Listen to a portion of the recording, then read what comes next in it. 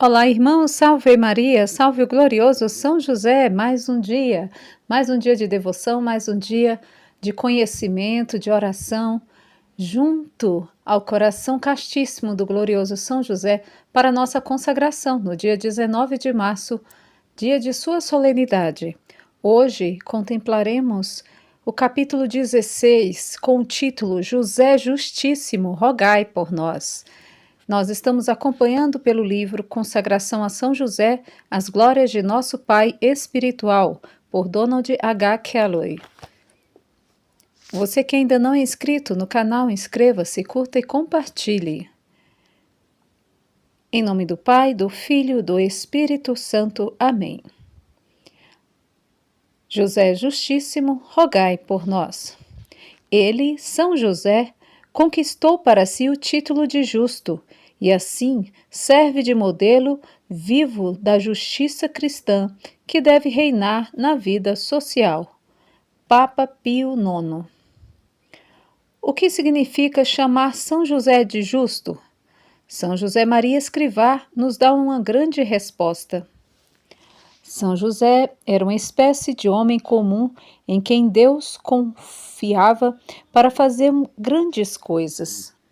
Ele fez exatamente o que o Senhor queria que ele fizesse em cada um dos momentos de sua vida. É por isso que as Escrituras o chamam de homem justo. Em hebraico, homem justo significa um servo bom e fiel de Deus, alguém que cumpre a vontade divina, ou que é honrado e caridoso para com o próximo. Portanto, um homem justo é alguém que ama a Deus e prova seu amor guardando seus mandamentos e direcionando toda a sua vida ao serviço de seus irmãos, seus semelhantes. E você? Você é justo? Você ama a Deus, guarda seus mandamentos e age com honra e caridade para com seu próximo? São José aumentará em você a virtude da justiça. Os teólogos definem a virtude da justiça como dar aos outros o que lhe é devido. Por exemplo, em nosso relacionamento com Deus, devemos ser gratos a Ele por nossa existência e louvá-lo por sua bondade. Agimos com justiça para com Deus, dando-lhe o que lhe é devido. Quando o adoramos, especialmente pela nossa participação na Santa Missa, aos domingos e dias santos de obrigação, se deixarmos de fazer isso, não estamos amando a Deus, não estamos agindo com justiça para com Deus, não estamos dando a Ele o que lhe é devido. Para São José, ser um homem justo significa cumprir os ditames da religião judaica. Isso exigia que ele viajasse a Jerusalém 3 vezes por ano, uma longa distância de Nazaré, e participasse de vários rituais e cerimônias. Você, por outro lado, provavelmente mora perto de uma igreja católica. Se você não pode gastar 1 hora por semana agradecendo a Deus e adorando-o, você não está amando a Deus ou dando a Deus o que lhe é devido. Você não é um homem justo. A importância da Santa Missa não está relacionada ao padre, aos fiéis ou ao coral, mas é importante a oportunidade de retribuir amor com amor e dar a Deus o que lhe é devido. Sim, os padres devem fazer boas pregações. A música litúrgica deve ser sagrada e inspiradora, e é sempre agradável ver rostos familiares na missa. No entanto, mesmo se você achar o padre maçante, a música uma distração e a congregação espiritualmente morta, você precisa lembrar que não está ali por isso, mas para agir com justiça e amor para com Deus. Não há melhor maneira de dizer a Deus eu te amo, dar graças a Deus e adorá-lo do que através do santo sacrifício da missa.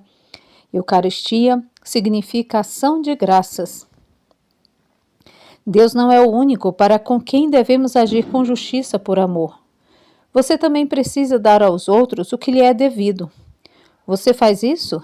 Você ama, venera e honra Maria, sua mãe espiritual? Você ama, venera e honra São José, seu pai espiritual? Você trata os membros de sua família com amor, respeito e dignidade? E quanto aos seus vizinhos, colegas de trabalho e todas as outras pessoas com quem você interage diariamente?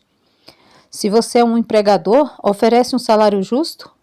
Lembre-se da regra de ouro: o que quereis que vos façam os homens, fazei-o também vós a eles. Lucas 6:31. Seu pai espiritual agiu com justiça e amor para com todos. Você deve agir da mesma forma. Quer saber por que José é chamado de justo? Porque ele possuía perfeitamente todas as virtudes. São Máximo de Turim. O Evangelho descreve São José como um homem justo. Nenhum louvor maior de virtude, nenhum tributo maior ao mérito poderiam ser aplicadas a um homem. Papa São Paulo VI. Agora juntos vamos meditar Homem Justo e Reverente, que está na página 207, e logo após rezaremos juntos a ladainha do glorioso São José. Homem justo e reverente. Ser justo é estar perfeitamente unido à vontade divina, e sempre em conformidade com ela e em toda sorte de acontecimentos, prósperos ou adversos. De que São José o era, ninguém pode duvidar. São Francisco de Sales. A fim de exercitar a virtude da justiça, como bem observa São Francisco de Sales, uma pessoa precisa viver perfeitamente de acordo com a vontade divina e diante de toda sorte de acontecimentos, favoráveis ou adversos, dar a Deus e aos outros aquilo que lhes é devido. A Igreja sempre viu São José como um homem justo e santo, que amava a Deus e ao próximo como deveria, mas nem sempre compreendeu a importância teológica mais profunda do que tais palavras significam de fato, sobretudo quando aplicadas aos atos de São José no Novo Testamento. A Igreja levou séculos para propor uma teologia de São José, que mostrasse sua grandeza e santidade. Hoje, a Igreja ensina que São José é a pessoa humana mais santa depois de Maria e o mais justo de todos os santos. Ele é nosso Pai espiritual, o pilar das famílias, a glória da vida doméstica, o patrono da Igreja Universal e o terror dos demônios. Por essa razão, certas passagens do Novo Testamento que apresentam os atos de São José precisam ser reexaminadas à luz do que, agora, a Igreja ensina inequivocamente ser verdadeiro a respeito de São José, a saber que ele, ao deparar com todo tipo de acontecimento, quer favorável, quer adverso, sempre agiu de acordo com a vontade divina e deu a Deus e aos outros o que lhes era devido. São José viveu verdadeiramente o amor a Deus e ao próximo que seu filho viria a ensinar. O que ele, São José, fez realmente? Amou.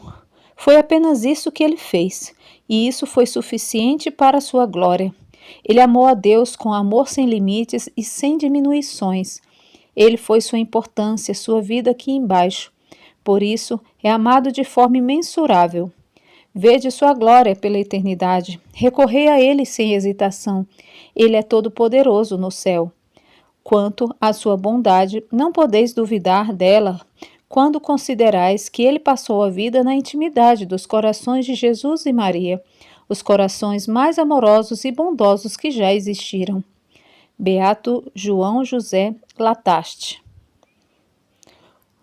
Um dos atos mais importantes de São José no Novo Testamento foi sua resposta ao descobrir que a esposa estava grávida. É no relato bíblico dessa história que São José é chamado justo. A geração de Jesus Cristo foi deste modo. Estando Maria, sua mãe, desposada com José, achou-se ter concebido por obra do Espírito Santo antes de coabitarem. José, seu esposo, sendo justo e não a querendo difamar, resolveu repudiá-la secretamente.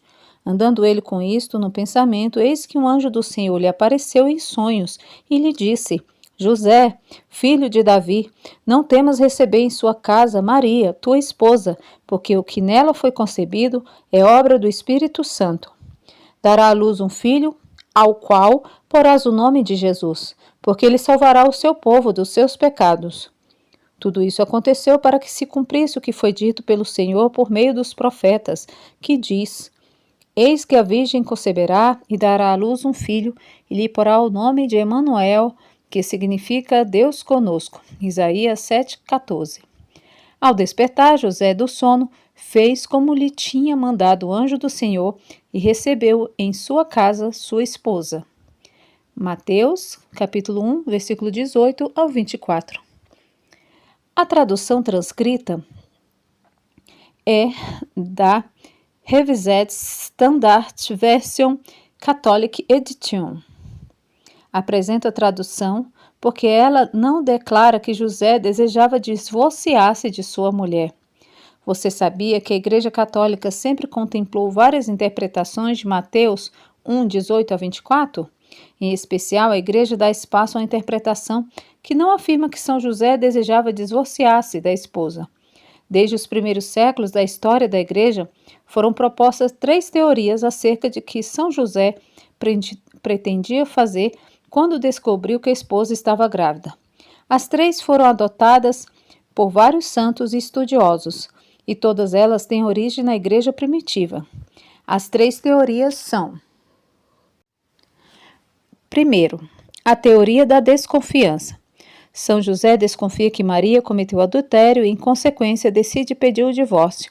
De acordo com a lei judaica, se um homem justo quiser divorciar-se da esposa porque esta lhe foi infiel, ele deve apedrejá-la. São José, sendo um homem justo, não quer apedrejar Maria, por isso busca divorciar-se dela em segredo.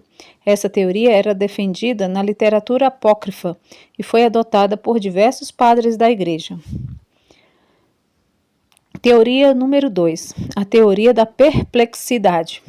São José fica perplexo e estupefato diante da gravidez de Maria, mas não duvida da sua inocência. Fica aturdido e sem saber o que fazer. Assim, confuso, decide divorciar-se de Maria.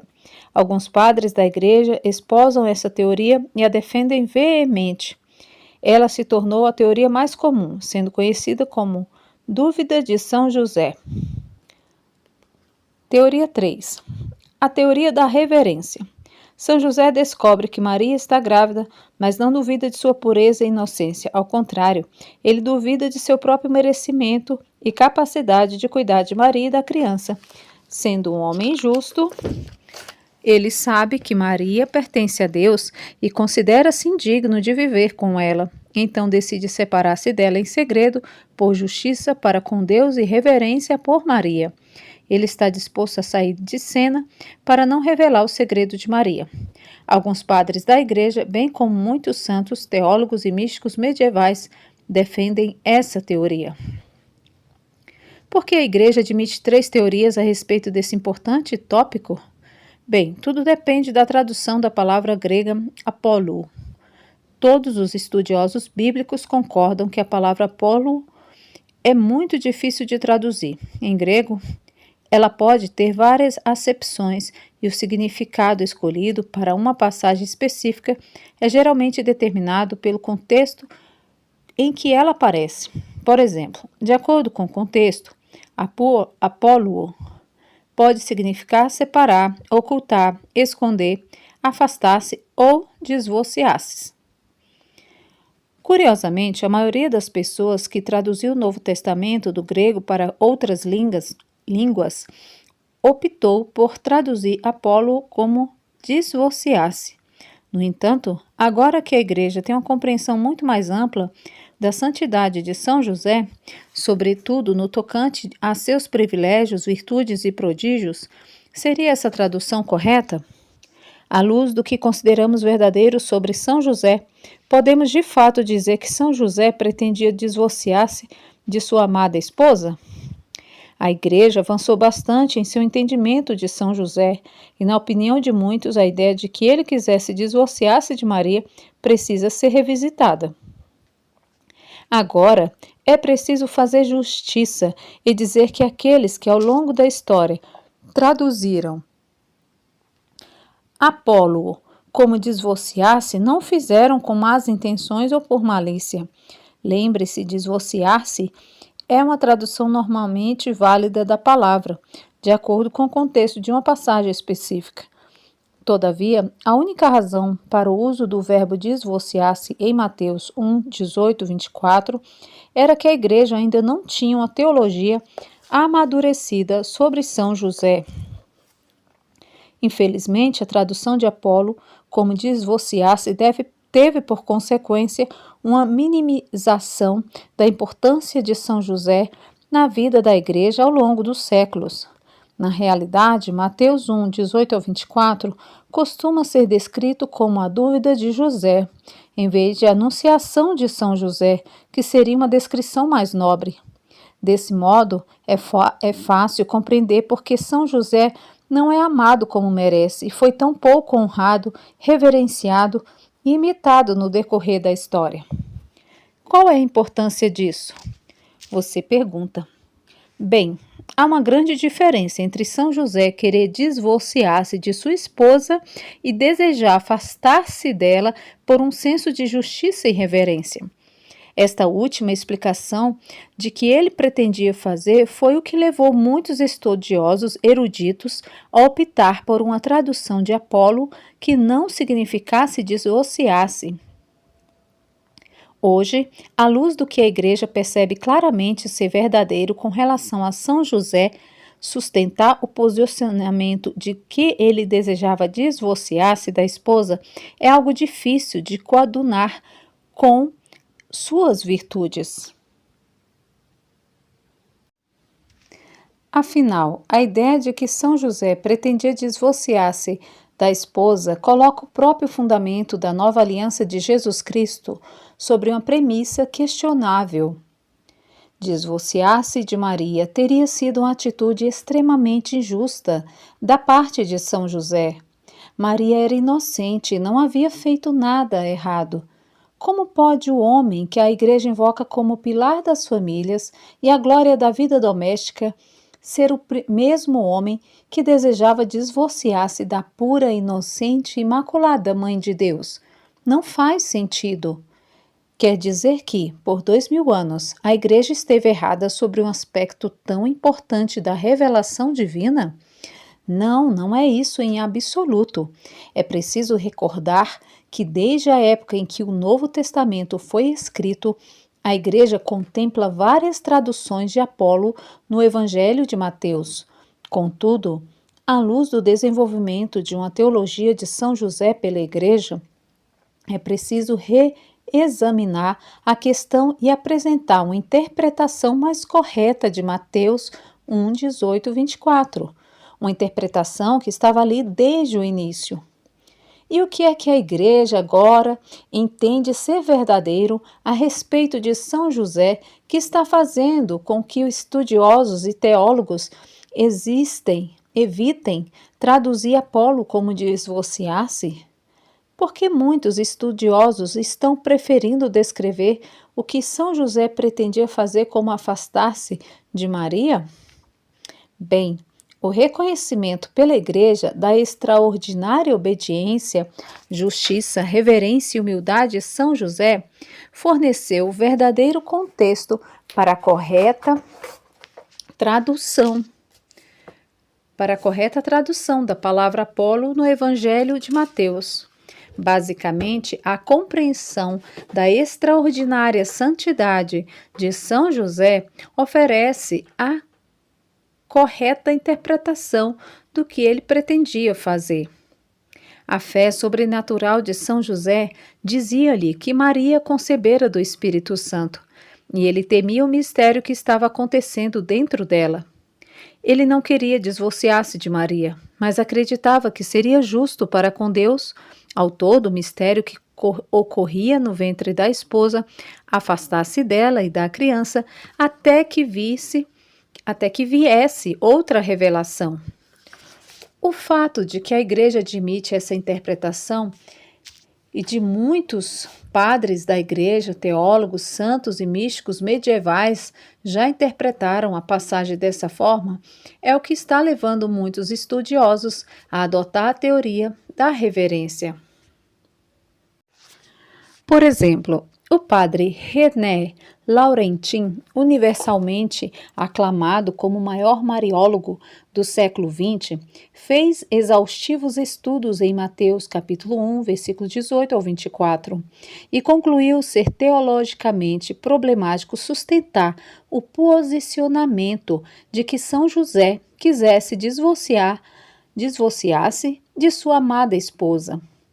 Como um homem verdadeiramente justo pode ter desejado divorciar-se da esposa inocente?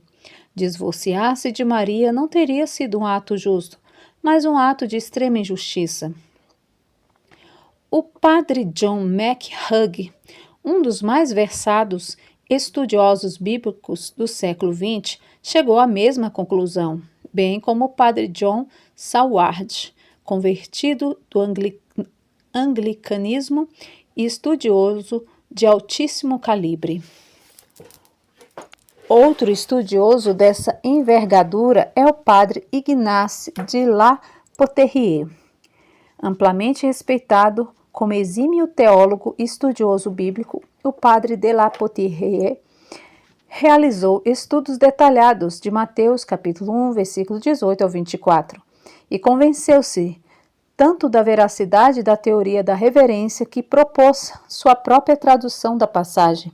Sua tradução é simplesmente reveladora. Ela elucida o exercício altruísta e heróico da virtude da justiça por São José, bem como seu amor profundo e reverente por Maria e pela criança em seu ventre.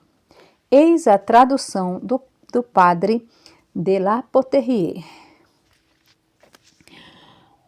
No que diz respeito a Jesus enquanto Messias, sua origem aconteceu da seguinte maneira. Sua mãe Maria estava prometida em casamento a José, mas antes de que tivessem levado uma vida em comum, ela se viu carregando no ventre uma criança por obra do Espírito Santo. Mas José, seu esposo, que era um homem justo e não queria revelar seu mistério, decidiu afastar-se dela em segredo.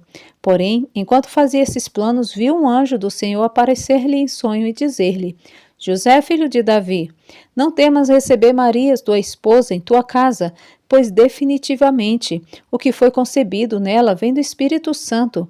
Mas ela terá um filho para ti, e tu lhe darás o nome de Jesus, pois é ele quem salvará seu povo de seus pecados. Ora, tudo isso aconteceu para que se realizasse o que fora dito pelo Senhor pela boca do profeta. Eis que a virgem conceberá em seu ventre e dará à luz um filho, e dar-lhe-ão o nome de Emanuel, que significa, em sua tradução, Deus conosco. Ora, quando José despertou de seu sono, aconteceu como o anjo do Senhor havia ordenado, e ele recebeu sua esposa em sua casa. Que tradução! Ela soa um pouco estranha em alguns pontos, porque é muito literal, mas constitui de longe a melhor tradução disponível dessa passagem. Ela reconhece as virtudes sobrenaturais de São José como contexto que exige uma interpretação mais nobre da passagem. Imaginem se essa tradução tivesse sido colocada nas Bíblias, pregada nos sermões, incluída nas liturgias ao longo dos séculos.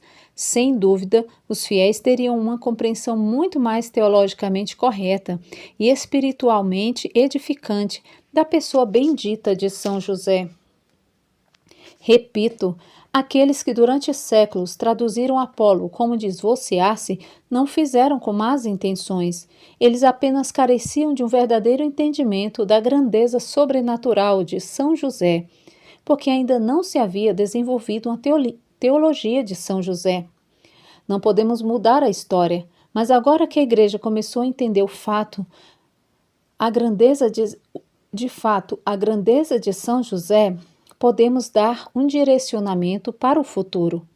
Nossa compreensão da perfeita e amorosa união de São José com a vontade de Deus, bem como de sua justiça e reverência, devem afastar qualquer interpretação que afirme que ele desejava divorciar-se da esposa. Tal interpretação é teologicamente indefensável, por causa do que agora sabemos ser verdadeiro a respeito de São José. Vejamos os motivos disso. A definição teológica da virtude e da justiça é que ela dispõe a pessoa a sempre dar a Deus e aos outros o que lhes é devido, em toda sorte de acontecimentos, sejam favoráveis ou adversos. São José sempre fez a vontade de Deus e exercitou com perfeição a virtude da justiça. Desse modo, é teologicamente impossível sustentar que São José tivesse decidido fazer algo que Deus odeia. Quando alguém, por aversão, repudia a mulher, diz o Senhor Deus de Israel: cobre de injustiça as suas vestes, diz o Senhor dos exércitos. Acautelai, pois, a vossa vida e não sejais pérfidos. Mateus 2,16. Agora, se você, que está ouvindo isto, é divorciado, não entre em pânico. Deus odeia o divórcio, não você. É verdade que a Igreja Católica, seguindo o ensinamento do próprio Jesus Cristo, diz que o divórcio é impossível no caso de matrimônios sacramentais válidos. Veja Marcos 10, capítulo 10, versículo 2 ao 12. E apenas tolera o divórcio civil em casos de extremos. Veja Mateus 19, 3 ao 12 e 1 Coríntios capítulo 7, versículo 10 ao 16. A invalidação ou nulidade católica não é o mesmo que um divórcio. A nulidade declara que nunca existiu um verdadeiro matrimônio. O divórcio, por outro lado, dissolveria um vínculo matrimonial válido. A Igreja admite a separação legal de esposos validamente casados, que não é nenhuma declaração de nulidade, nenhuma tentativa de divórcio, desde que os esposos separados não busquem romper o vínculo matrimonial. Repito, não o odeia por ter passado por um divórcio civil. Ele odeia o divórcio. É preciso ressaltar ainda que nem todos os que desejam um divórcio civil ou o obtêm estão cometendo um pecado ou uma ofensa moral contra Deus. E o motivo é o que pode haver circunstâncias únicas em cada caso específico. Agora voltemos ao matrimônio de São José. São José estava passando por um teste. Sua virtude e sua cooperação com a graça precisavam ser postas à prova, porque Deus pretendia fazer de São José um novo Abraão, um pai espiritual para um novo povo da aliança. Se São José passasse no teste mediante uma amorosa disposição de sacrificar-se inteiramente, Deus o abençoaria com uma bênção muito maior do que já havia concedido a qualquer homem que já viveu. Não é preciso dizer que São José passou no teste. Muitos dos padres da Igreja descrevem de forma magistral como São José passou no teste por sua justiça e reverência sobrenaturais. José era justo e a Virgem era imaculada, mas quando desejou despedi-la, foi pelo fato de reconhecer nela o poder de um milagre e um imenso mistério do qual ele se considerava indigno de se aproximar. Portanto, humilhando-se diante de tal grandioso e inefável fenômeno, ele tentou afastar-se, tal como São Pedro humilhou-se diante do Senhor e disse: afasta de mim, Senhor, pois sou pecador. E como confessou o chefe que mandara falar ao Senhor: não sou digno de que entres sob meu teto, pois não me julguei sequer digno de ir a ti. Ou como disse Santa Isabel, a Virgem Santíssima: e como mereci que a mãe do meu Senhor viesse me visitar? Do mesmo modo, o justo José humilhou-se e teve medo de unir-se a tão excelsa santidade. José descobriu tanto a gravidez de Maria como a sua causa, saber que era do Espírito Santo. Por isso, temeu ser chamado esposo de tal mulher e desejou despedi-la em segredo, pois não ousava revelar o que acontecera nela. Além disso, por ser justo, desejava a revelação do mistério. São Basílio Magno.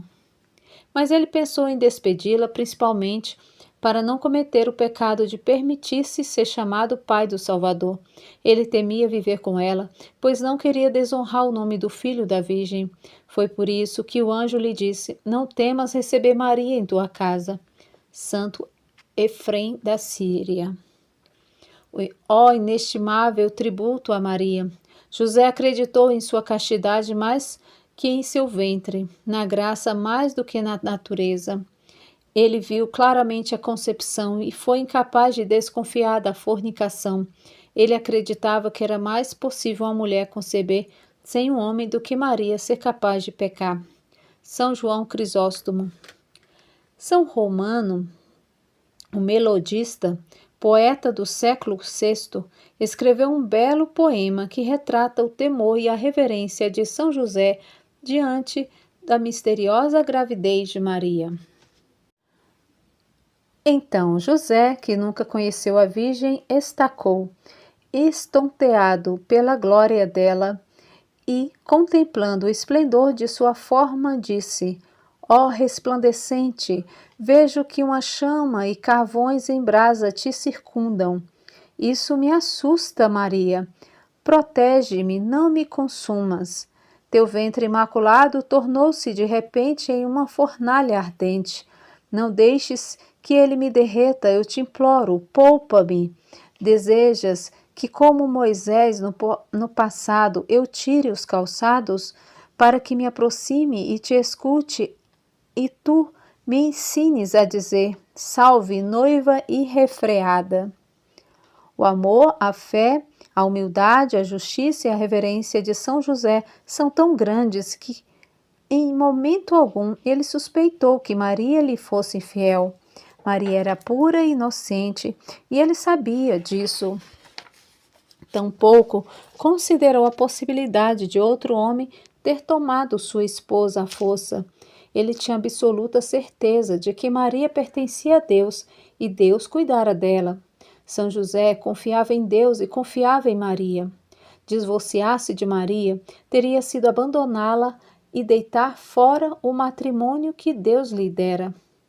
Por essa razão, São José desejava afastar-se de Maria, sabendo que Deus, que havia gerado a criança em seu ventre, cuidaria dela e da criança. São José amava Maria com imenso amor e ter-lhe-ia sido uma tortura cogitar afastar-se dela, mas ele amava a Deus em primeiro lugar. Sua decisão imediata foi dar a Deus o que José acreditava ser devido a Deus, isto é, distanciar-se de Maria, visto que ela pertencia a Deus. Por justiça e reverência, ele estava disposto a sair totalmente de cena. Foram essas atitudes de São José que sensibilizaram o coração de Deus, solidificaram o matrimônio de São José e fizeram dele nosso pai na fé. Porque ele, São José, quis deixá-la a Maria. Ouvi agora não mais minha opinião, mas a dos padres da igreja. José quis deixá-la pela mesma razão que levou Pedro a implorar que o Senhor se afastasse dele, quando disse: Afasta-te de mim, Senhor, porque sou pecador. E pelo mesmo motivo que fez o centurião impedi-lo de entrar em sua casa, dizendo: Senhor, não sou digno de que entres sob meu teto. Desse modo, José, julgando-se indigno e pecador, disse a si mesmo que um homem como ele não devia viver sob o mesmo teto que uma mulher tão grandiosa e excelsa, cuja dignidade maravilhosa e superior enchia-no de reverência. Ele viu com temor e tremor que ela trazia consigo sinais seguros da presença divina, e como não conseguiu compreender o mistério, quis afastar-se dela. Pedro ficou assustado com a grandiosidade do poder. O centurião tremeu à majestade da presença. Também José, enquanto ser humano, teve medo da novidade do grande milagre, da profundidade do mistério, e por isso decidiu deixá-la em segredo. Estais surpresos de que José se julgava indigno da companhia da Virgem grávida? Afinal, não ouvistes que também Santa Isabel não pôde suportar sua presença sem temor e reverência? Como diz ela, de onde me vem que a mãe do meu Senhor me venha visitar?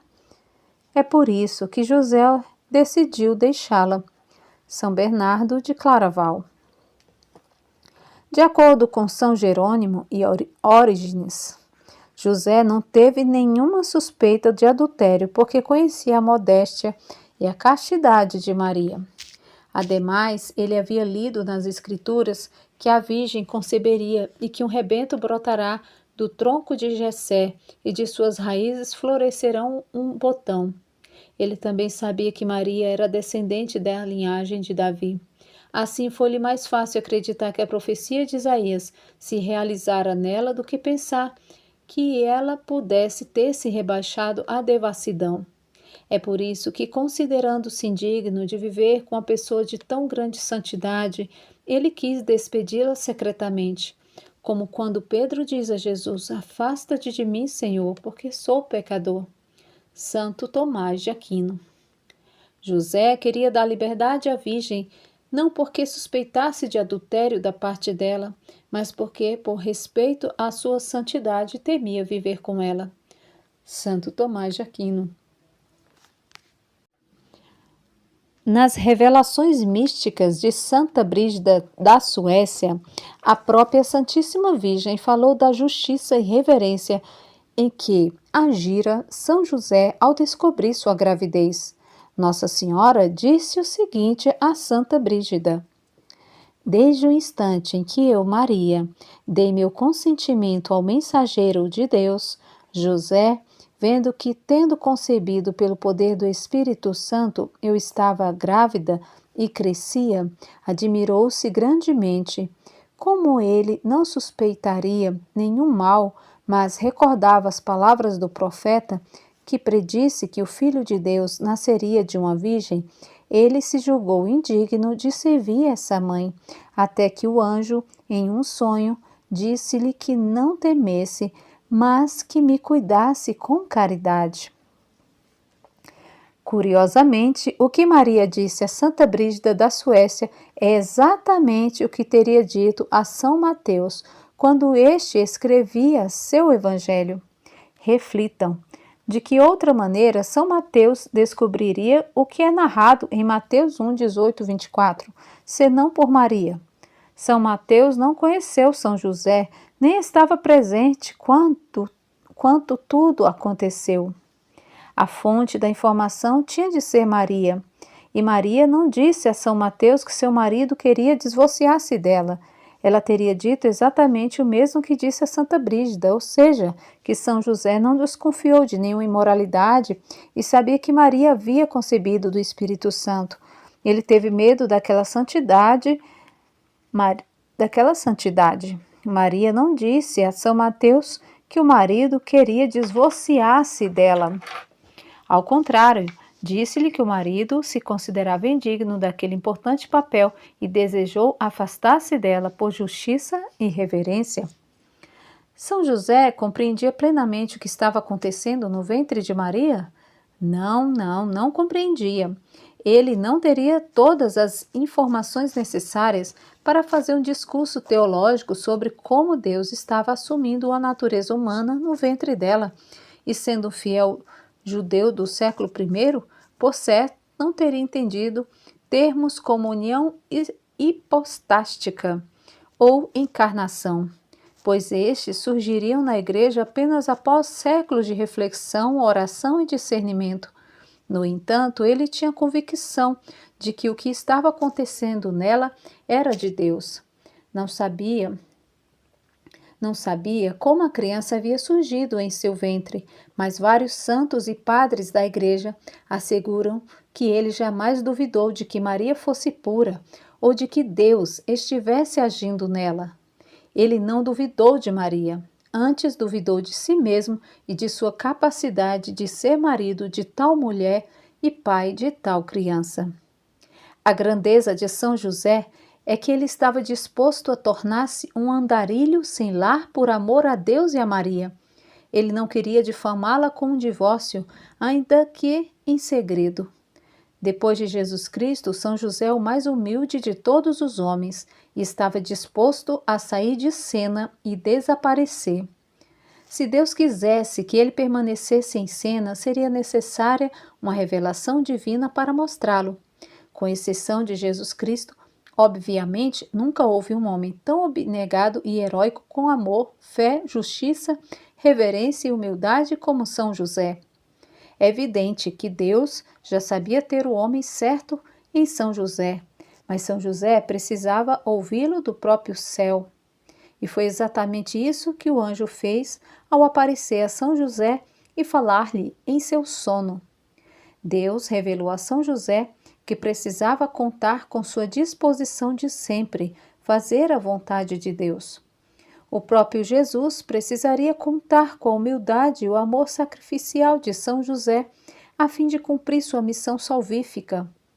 Chegaria um tempo em que São José seria retirado de cena para que Jesus pudesse ensinar ao mundo sobre seu Pai Celestial, mas aquele ainda não era o momento. Não obstante, São José provara ser um homem confiável e obediente em face de toda sorte de acontecimentos favoráveis ou adversos. Deus podia confiar nele. A teoria da reverência ensina que na mente e no coração de São José, Deus vinha em primeiro lugar. Se dar a Deus o que pertence a Deus exigia que São José sacrificasse um futuro com Maria, então que assim o fosse. Deus vem em primeiro lugar. Por amor a Deus, São José estava disposto a fazer um sacrifício maior do que qualquer patriarca do Antigo Testamento ou mártir do Novo Testamento jamais poderia fazer. Deus queria que São José fosse o novo Abraão, um homem disposto a sacrificar tudo pela santa vontade de Deus. E Deus recompensou o amor, a obediência, a justiça, a reverência e a humildade de São José, confirmando-o como chefe da Sagrada Família, Pai de Jesus Cristo, terror dos demônios e nosso Pai espiritual. São José recebeu como um prêmio um tipo único de paternidade espiritual, e seus filhos serão tão numerosos como as estrelas do céu. Deus fez dele o pai espiritual de uma nova criação. Deus transformou-o naquele que faz crescer. Os santos teólogos e místicos que no longo dos séculos ensinaram que São José demonstrou perfeito amor, justiça e piedade reverente para com Deus e Maria, oferece-nos uma interpretação muito proficiente de Mateus, capítulo 1, versículo 18 ao 24, que hoje está sendo ratificada no que a Igreja ensina a respeito de São José. Ele é o maior de todos os santos, o pilar das famílias e a glória da vida doméstica. Depois de Jesus Cristo, São José é o Justíssimo, o mais justo, amoroso e reverente de todos os homens. Por seu sacrifício total, José expressou seu amor generoso pela Mãe de Deus e deu-lhe um dom de si, enquanto esposo, conquanto tivesse decidido retirar-se a fim de não interferir no plano de Deus que estava acontecendo em Maria. José obedeceu à ordem expressa do anjo e recebeu Maria em sua casa, respeitando o fato de que ela pertencia exclusivamente a Deus. São João Paulo II. São José, nosso pai espiritual, não é um homem desconfiado que tenta divorciar-se de nossa mãe espiritual. Depois de seu filho, São José é um modelo de amor sobrenatural. Fé, justiça, reverência e humildade. Ele é um homem virtuoso de uma fé constante e pura. No tocante de sua constância, ele não a demonstrou de forma admirável quando, ao ver Nossa Senhora grávida e sem saber como aquilo era possível, sua mente agitou-se com tormento, perplexidade e perturbação? Não obstante, apesar de tudo, ele jamais se queixou. Nunca foi severo nem rude com sua santa esposa, mas manteve o mesmo comportamento gentil e respeitoso que sempre tivera. São Francisco de Sales. A atitude de São José diante da gravidez de Maria é um exemplo para nós. Nosso Pai espiritual nos ensina a sermos justos e reverentes em toda sorte de acontecimentos. Ele nos ensina a dar a Deus o que lhe é devido, mesmo quando isso exige de nós a disposição de sacrificar tudo o que amamos. Nosso Pai espiritual nos ensina que não devemos agir com precipitação nem dureza ao depararmos com as situações desconcertantes.